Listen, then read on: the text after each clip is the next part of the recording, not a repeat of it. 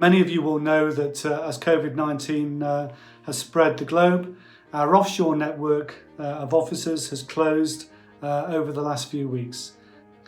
Now, this week in New Zealand, we've moved to a level 4 response, which effectively means that all non-essential workers in New Zealand must go home and self-quarantine. So we're no different, and that means that we've closed all of our onshore offices here so that our staff can go home, protect themselves, protect their families, and self-quarantine in the safety of their own homes. That doesn't mean to say that immigration is closed for business, because we're not. It's a busy place. There are plenty of essential workers, and certainly our border is an area of criticality for New Zealand, and all of our workers there are busy and will be busy for some time to come. We've also got a skeleton crew operating out of Stout Street in Wellington, our national office, who are responsible for our emergency coordination and ensuring that we are gearing up our business to be able to operate even in these strange and unusual times. As you'll have seen over the last 6 weeks, the government's made a series of changes, border enhancements, to restrict the flow of international travellers coming into New Zealand. Now that's had a massive impact.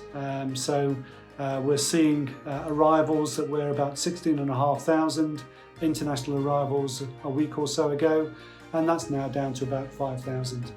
And what we're seeing increasingly is a series of international airports closing or airlines diverting flights.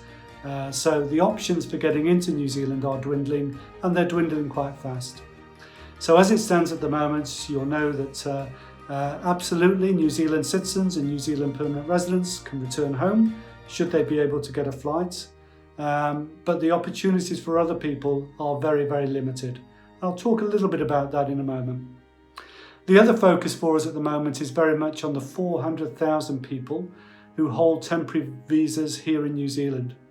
Now, they are as affected by the circumstances as anyone. So we understand the need to act decisively and quickly to relieve anxiety and protect the interests of those individuals who, through no fault of their own, many of whom might be stranded here in New Zealand.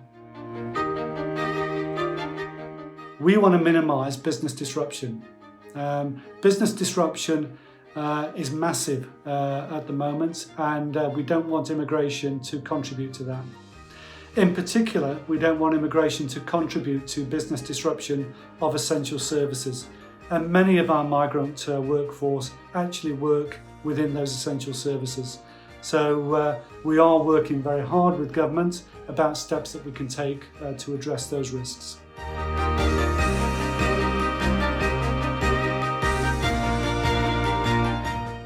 So you'll remember that there are 3 general exemptions, including essential workers, including Pacific, and including humanitarian.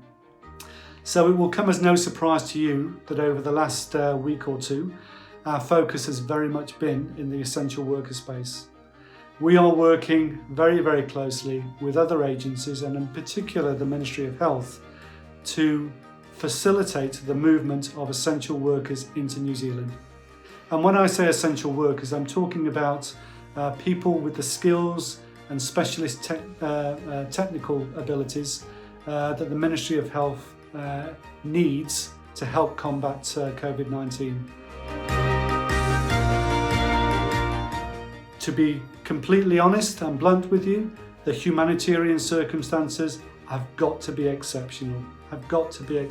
They will be isolated cases at best, because with every traveller that comes into New Zealand comes with it a risk. So whilst I'm not saying that we are not accepting humanitarian cases, and we have processed and decided a number of those, they have got to be exceptional. And I realise that that's causing some consternation out in the community. So a partner is eligible to come into New Zealand if they are a partner of a New Zealand citizen and a New Zealand permanent resident, and they are travelling with that citizen or resident. Now, the partner we need to be satisfied that they are a bona fide partner.